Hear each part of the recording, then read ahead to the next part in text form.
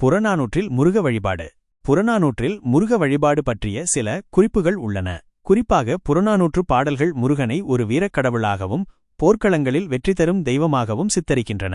மேலும் முருகனின் வேல் மற்றும் சேவல் கொடி போன்றவையும் புறநானூற்றில் குறிப்பிடப்பட்டுள்ளன. புறநானூற்று பாடல் எண் 56 மற்றும் 396 முருகனைப் பற்றி குறிப்பிடுகின்றன. பாடல் எண் 56 சேயோன் மேய மைவரை உலகமும் என்ற வரி உள்ளது. இதன் பொருள் முருகன் உயர்ந்த மலைகளில் உறைகிறான் என்பதாகும். இந்த வரி முருகனை மலைகளின் கடவுளாகவும் வீரத்தின் அடையாளமாகவும் சித்தரிக்கிறது. பாடல் எண் 396 முருகன் சூடிய தந்தார் அகுளையான் என்ற வரி உள்ளது. இதன் பொருள் முருகன் குளிர்ந்த மலர் மாலையை அணிந்தவன் என்பதாகும். இந்த வரி முருகனின் அழகையும் தெய்வீக தன்மையையும் குறிக்கிறது. இந்த பாடல்கள் முருகனின் வீரத்தையும் அழகையும் போற்றுகின்றன.